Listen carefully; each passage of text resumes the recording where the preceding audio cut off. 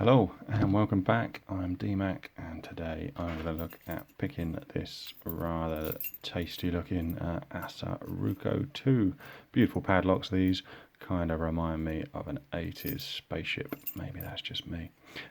Anyway, this is the closed jackal version, which isn't too common on these shores, but I was lucky enough to get my hands on one of these. Thanks to Yagi on Discord, so many thanks for that, appreciate it. This one's got some tasty innards inside, so let's see if we can get them picked and I'll show them to you.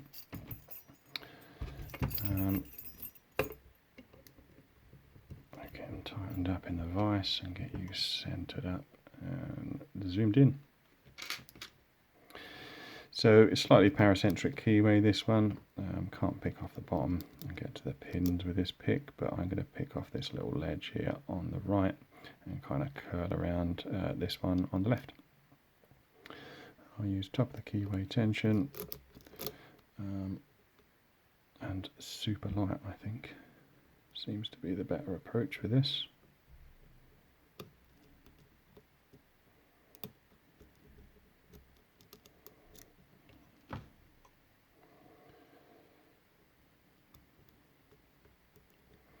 I'm just going to go in, I'm just tickling these pins, seeing if I can get anything out of them. Tiny little movement on the plug there. Now again, I think that was 3.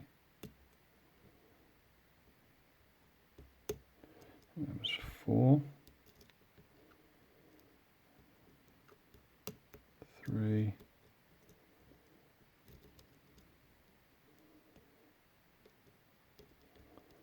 Small click on 1.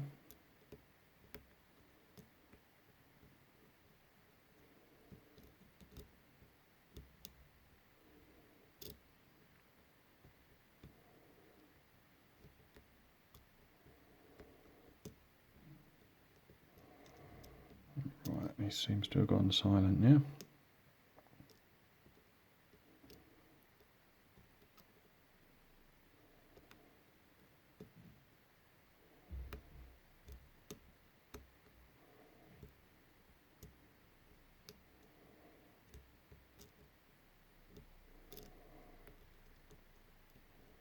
I tend to generally use heavier tension, so I kind of bully the lock a little bit, but some just require that little bit more finesse and require romancing to get those pins to talk to you and to get them to set.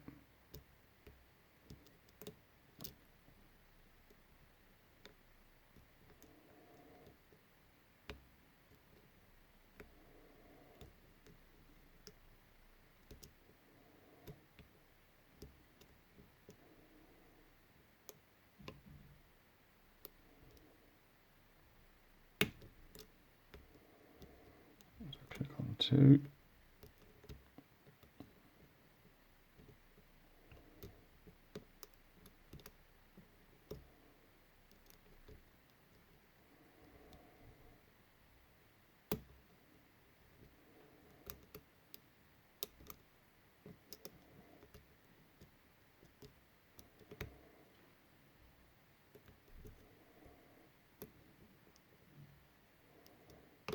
That was a nice click at the back there. I think that was 4 or 5. A little bit of movement on the plug, which you may have seen. I can certainly feel those little movements through the tension wrench.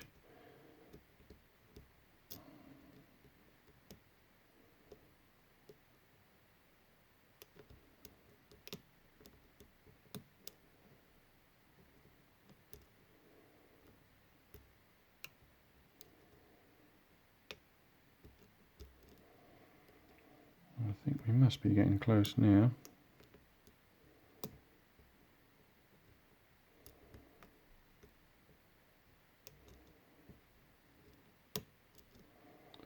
Nice click on 2. You get so many little clicks out of each pin, and they really seem to react well with the plug in this one, which you'll see hopefully if I can get it open.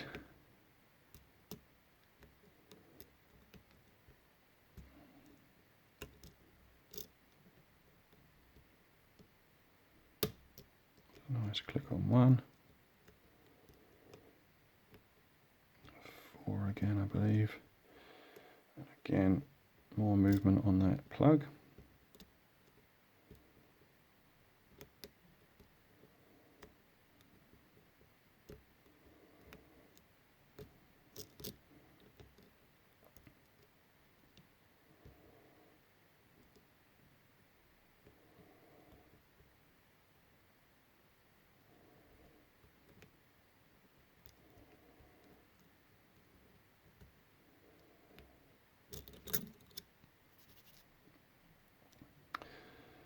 Okay, what we got? 1.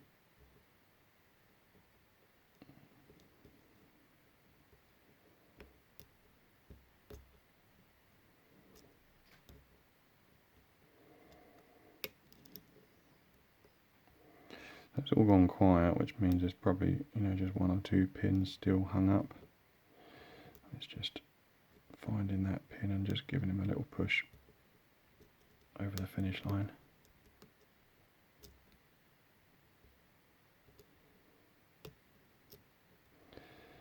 But he's proving elusive at the moment. That was 4 again, tiny bit of movement.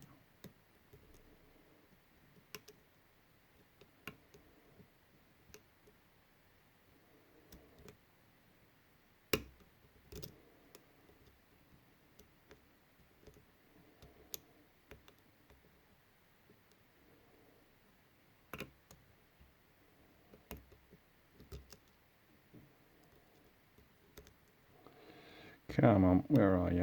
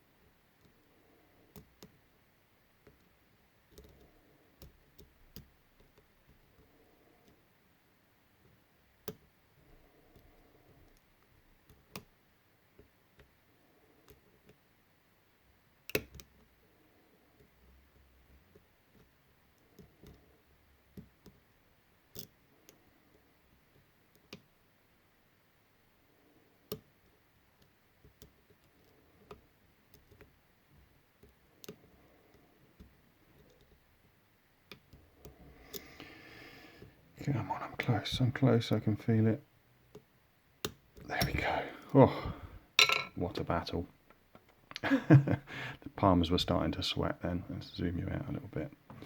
And they'll hopefully get this open and see what's inside.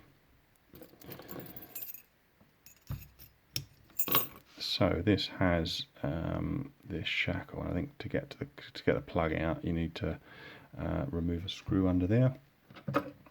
So we do need a shim. Got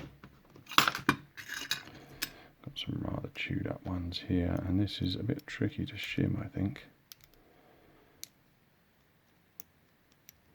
Okay, so we pass the shim all the way through and then rotate it 180 degrees, hopefully. If it'll go, which it doesn't seem to want to. Doesn't really help that this shim is a bit battered, but hopefully it'll work.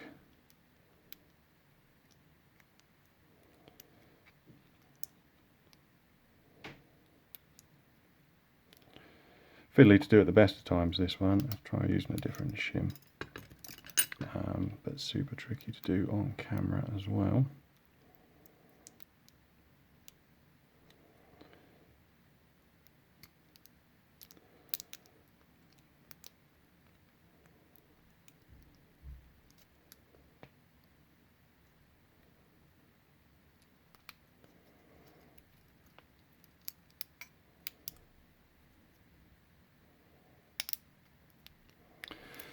No, he's not having it.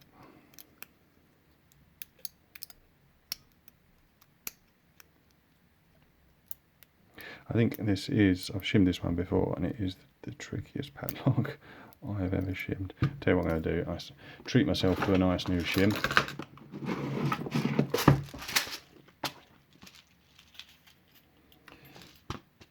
Those ones that I'm using there are a bit battered, so hopefully this will make the difference.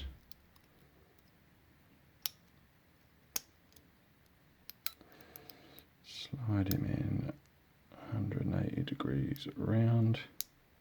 Come on. That might be it. Oh, there we go. Bit of a battle getting him out. And then we've got this little doofer in there, which is sprung.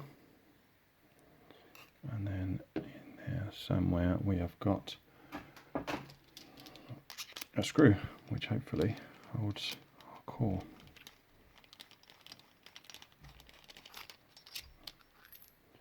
There we go. He's out, plus all the gubbins from the back of the padlock.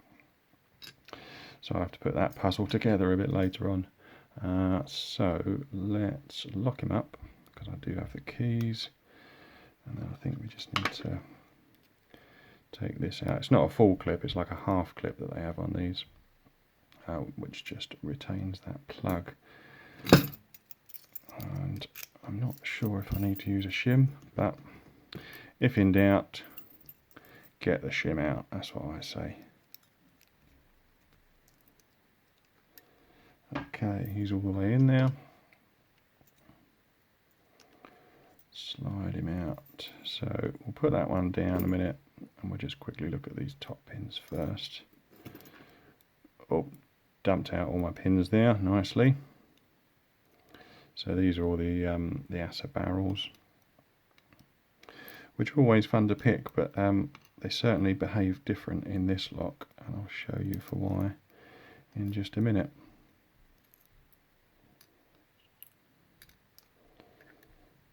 Tiny little pin there in the last one, which is, oh, get you focused. Sorry, the last one was a standard. So we've got barrels in 1, 2, 3 and 4. And then the standards there. Now luckily these pins, as you can see, have come out in the right order. So let's put them in there. 1, 2, 3, 4, 5. So they're all standards, and then you can see what's special about this lock. So this lock has got the Ruko sleeved core. So this is like a separate section. You've got the plug, and then you've got this section here, which you can see there. It's kind of like dovetailed together, and then it's crimped as well on both sides, and that gives you that nasty undercut. Which in later models, I think this is a very early model, they used counter milling, so that's where the tool goes into the plug when it's machined and cuts that undercut. But this undercut is caused by the sleeve. And in this lock, let's just grab a barrel.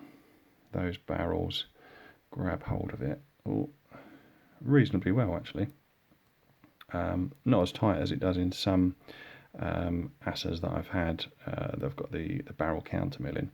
But speaking to Yagias, he said that this I think this plug can accept barrels and gins. So let's just have a look here. I've got this is one of my Assa gins training locks. So why don't we just grab a gin out of here, and we can see how well that interacts with it as well.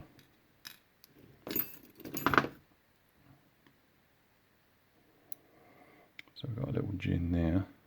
We'll see how well that grabs hold of that plug. Yeah, that really does grip on there nicely. So as I say, luckily for me, this plug, as far as I understand it, can be used with barrels, like in this case, or with gins. So I think, as much of a battle as that was with the barrels, I think I might just pop some gins in here and, really... oh, lost that one somewhere. Yeah, see what it takes to kind of... to pick it with the gins. I'm not the best at picking gins, but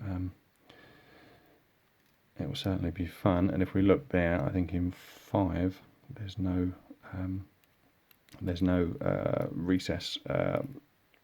It's not under, it's not it's not counter milling. It's caused by the plug sleeve. but I think that's why they just have that standard 1 in 5, because there's nothing to bite on 2 in 5. Anyway, fantastic lock either way, and I think I'm going to go ahead and pop some more gins in there and see what it's like to pick with the gins. Certainly it'll be a nice experience. Anyway, thanks for watching today. Bit of a longer video on this one because yeah, this fella was a bit of a struggle to get him open. But yeah, thanks for watching. Bye for now. Stay safe.